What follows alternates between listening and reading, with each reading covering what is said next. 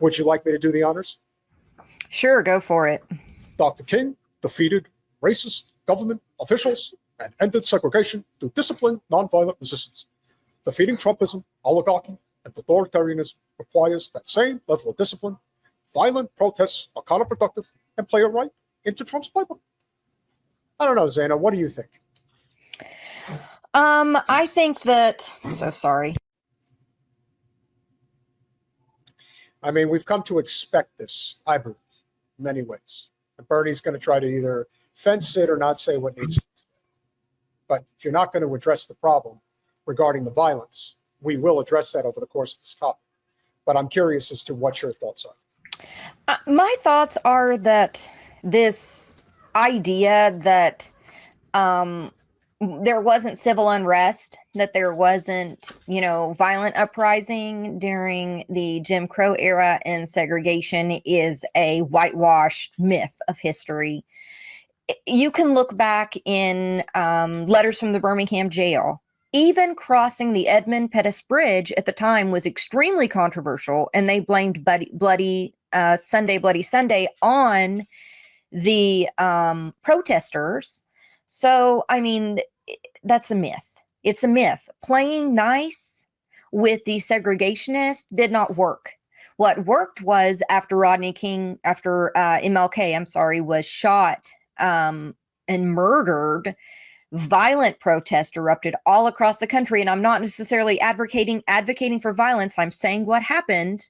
And that is part of what kickstarted actually getting real legislation passed. And that's American history. That's history.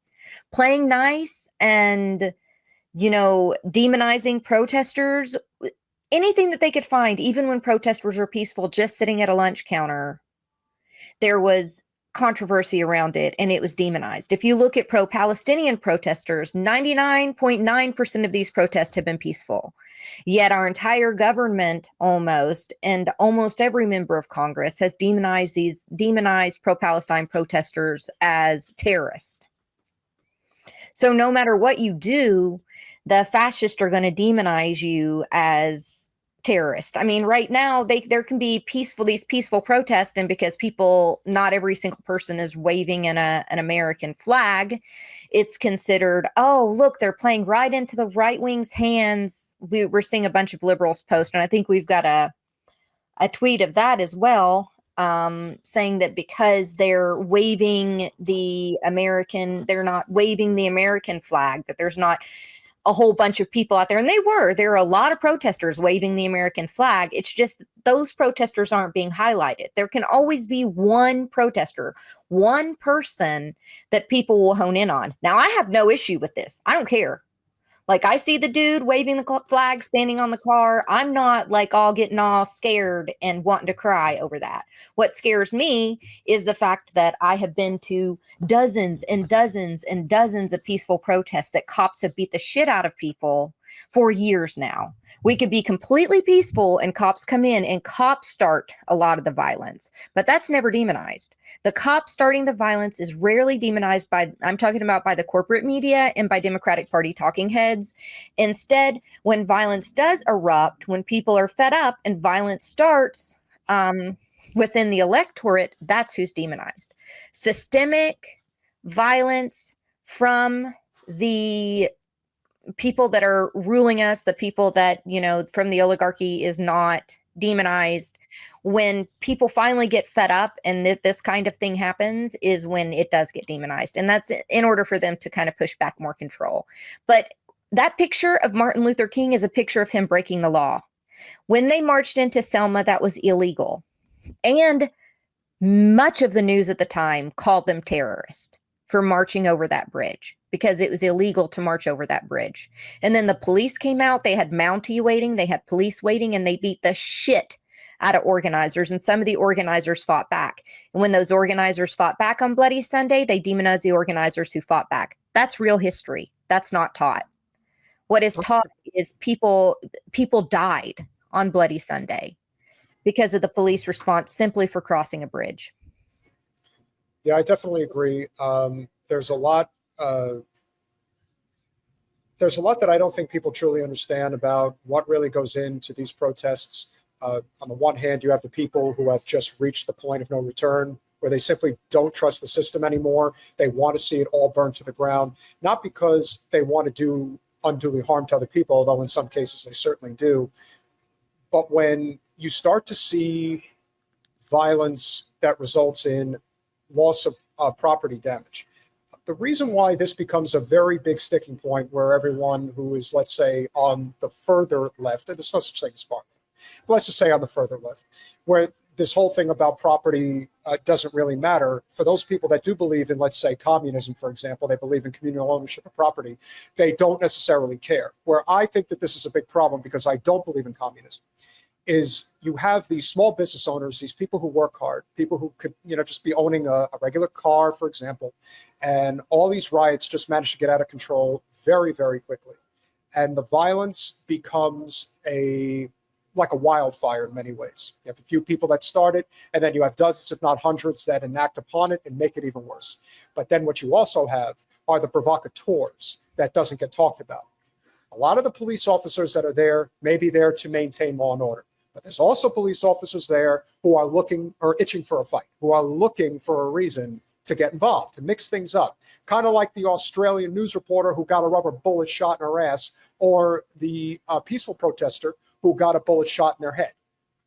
And anyone who's seen that footage knows that in all likelihood, they weren't doing anything out of line.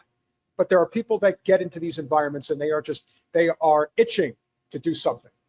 Well, you have people that are embedded too. I mean, in Black Lives Matter, Proud Boys were going, I was on the ground when this happened in one of the protests, having their people try to break things or instigate, to also fuel things. Every time I've ever organized, there's always been people there from the opposing ideology, usually fascist, trying to get a rise, trying to have something, anything that they record. I've seen people burn flags. I'm not against flag burning. I think that's protected under the First Amendment, but I've seen people come knowing they're not part of our organizing and burning flags and recognizing them from being, in the right-wing scene. So that is things that those kinds of things happen too. I agree with you on the businesses. I just think that that's talked about way more than the fact that what has harmed our businesses the most is venture capitalism, and the fact that a store like Walmart comes into communities and devastates their local businesses, has shut down entire towns. But when someone sees the visual of something like this happening in a city like LA, they'll focus on that a lot more than they'll focus on the actual institutionalized, monopolies and the things that are actually real problems. Now, I'm not saying it's already against the law. It's against the law to go in and vandalize a place, right? Yes. So that's already illegal. I don't criticize the oppressed for how they react to their oppression. I mean, I'm not going to go and do that, but I don't think it's a good thing to go and bash the windows of like a 7-Eleven that's owned by, a lower middle class family. I don't really see the point in how that's helping anybody. But I do understand that what causes this kind of thing overall, talking about the overall protests and stuff, focusing on that takes the eyes away from the fact that ICE is on the ground as a Gestapo kidnapping people, without their kidnapping people off the street and throwing them into gulags. And no due process. I think that's the main crux of what's going on here. I definitely agree. I think that's where this kind of transitions the conversation properly into Laura Loomer. I'm only picking her. I would rather not pick her because she's such a loon. She should just be called Laura Loon, because that's what she is. She's a freaking Laura Loonier. Or Laura Looney Tune. Yeah, something along those lines. So for those of you who know who Laura Loomer is, she is a very proud Zionist from South Florida who people have rumored has had some type of a relationship with Donald Trump, among other people. I don't really care. What I do care about is that she, like so many others, regardless of political ideology, is open for business. And what I mean by that is this is somebody who is actually advocating, not even suggesting, but advocating for Palantir to enact their 1984-esque censorship and spying operations on all of us. And they want to use what's going on in Los Angeles as a testing ground.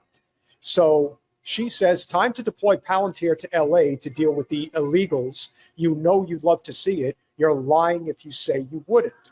Now, I don't know about you, Z, but to me, anybody who's putting out a message like that, most likely is getting paid to do it. Yeah. And that's the problem. So when we think about all of the problems that are going on with the riots right now, is there some type of a financial incentive that a multinational corporation that is behind so much of not what just is going on in Israel right now, but what is going on all over the world in terms of Big Brother basically watching us on a daily basis? If there's anybody that is involved with high-tech censorship and spyware, it's coming from an organization like Palantir. So is it possible that the activities that are happening in LA as we speak have been sort of a clandestine operation on Palantir's part to get people to react in such a way that creates such violence that now President Trump is being asked to bring in the National Guard? And once you start going down that path, you enter a point of no return. We're already turning into a police state. We see the cop cities everywhere. Who's to say that this type of technology is not being enacted right now? And if there is a person who can talk about this, our good friend James Lee, who works for Breaking Points with Crystal and Sagar, but also has his own channel, James Lee 5149, and does a lot of great investigative journalistic work. Here's what he had to say regarding this issue in Los Angeles as we speak. There's some pretty unpopular things, starting with this is not good. Also, this is not a peaceful protest. But something very disturbing is happening in the background that I think you should know about. It's time to deploy Palantir to Los Angeles to deal with the illegals. You know you love to see it. You're lying if you say you wouldn't. This is the grand plan. Okay, it's not an accident that cars are burning on the streets and people are waving foreign flags on the streets. There is something they're trying to manufacture consent for.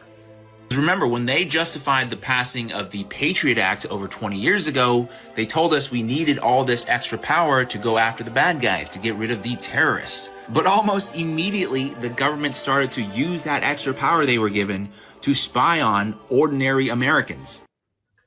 You know, one of the things that rarely gets talked about when we think back about the Patriot Act post 9/11, the Patriot Act was a bill that was in flux for years in both chambers. They wanted to get this through. They needed an excuse to get it through. And the more we learn about what really happened on 9/11, wink, wink, it's easy to see why a lot of these things happen. So when somebody like Looney Tune comes out and says, why don't we just have Palantir go in there and round up the illegals?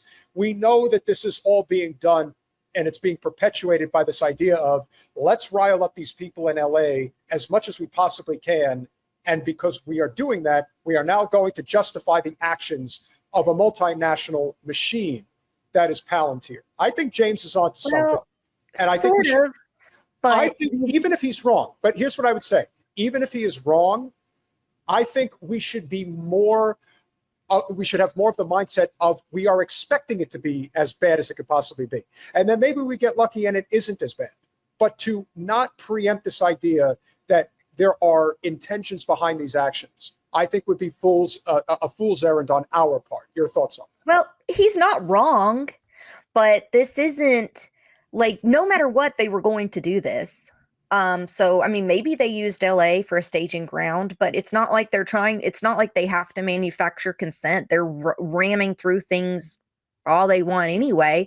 I think she's just telling us what we're planning on doing anyway, because 2 weeks ago, the Trump administration awarded a $30 million contract to Palantir to commission Immigration OS. This was already a thing. They're already using it. Aaron Cohen, last week, former IDF soldier, advises the Trump administration, came on and he said, I tell you what, in order to deal with those pro-Palestine people and with all the uprisings you have, I've been telling him that they need to get with Palantir and utilize Gideon, which is a surveillance system that's utilized within the West Bank in order to screen people's social media and everything that they do online, so that they could go and arrest anti-war Israelis and Palestinians in the West Bank. They've already been using it there for 2 years now. Gideon. So he's talking about using Gideon here, and then the $30 million contract was awarded, and then another contract in order to I can't remember how much it was for, because there was a little bit of like back and forth on the actual amount because it hasn't been disclosed yet. So I don't want to speak on that, but I do know a contract was awarded to Palantir to spy on us already. That's done. The big beautiful bill has even more money to spy on us. It's a really great bill, believe me. It extends it, and on top of that, it has a provision which Ashley Bishop covered. I know we had been talking about it, and she covered a provision that's in the that was in the big beautiful bill that also suspends any state's rights to regulate AI. So the building of AI data centers, any kind of AI data or any kind of AI regulation. So yeah, I mean, James Lee is absolutely right. Nothing he's said is wrong. I completely agree with him, but it's not covert. And I think if they didn't use LA, they would have used something. Found another Or they source. would have done it anyway.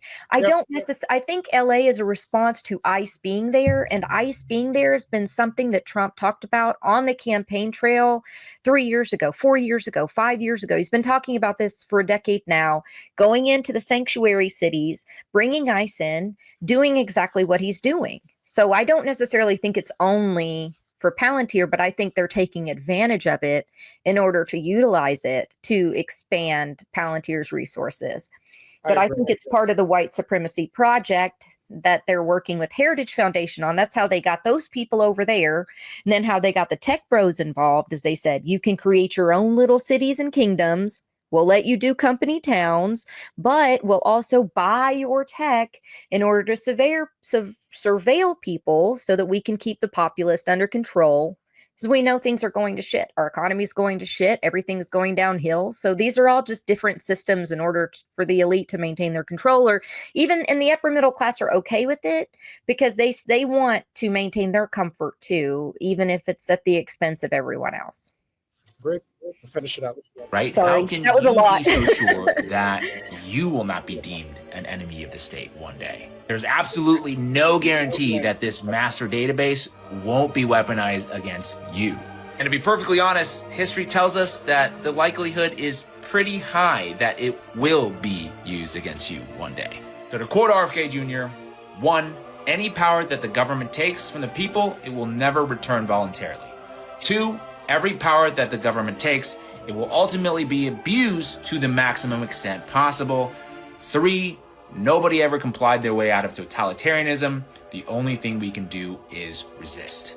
Be careful out there. The irony of that coming from a raging fascist. Oh, I hate RFK Jr. He's right about that, but he's complicit in the fascism. The problem that I have is that I am committed to the state of Israel, and that's why I'm a hypocrite about what I say, and I shouldn't say it. But what I do believe, as Whitney Webb talks about in One Nation Under Blackmail, I just think there's stuff on RFK, and that's like a lot of other people. I think RFK has some good ideas. I think he's got some really shitty ideas. And when you get right down to it, the fealty and the coping and the outright simping for the state of Israel, to me, it stems from a certain level of blackmail that I just don't think people truly understand. Whether it was, voluntary or not, I think this is one of the reasons that they've been able to get away with so much for so long, and why, despite of all the things that are going on, that it is all interconnected in many ways. And so I applaud anybody who's willing to step up and say what needs to be said, because we're living in times right now where things are getting really bad. And I think the funny thing about what RFK said is that he used the word resist when in reality the word is revolution. You got the R word right, but it's the wrong R. Resistance is not what this is about. This is about a revolutionary change, wink, wink, because that's where our channel's name is going to be in a couple of weeks. But that is ostensibly where we are. we can't continue to pretend that this system can sustain itself, because it can't. There's too many people that don't trust it anymore, and they never will again in its current construct. And it's only getting worse by the day. So you really have to wonder why this sort of decision that is being made at the very top is counterintuitive to what should be done right now, which almost makes you wonder if we really are in that sort of end stage where the looting of the treasury is just acceptable practice, and they're going to try to get as much out of this as they can and screw over as many people as they can in the process. I don't know, but I know that as Lincoln once said, you can fool some of the people all the time. You can fool all the people some of the time. You cannot fool all the people all the time. And that's where we are now.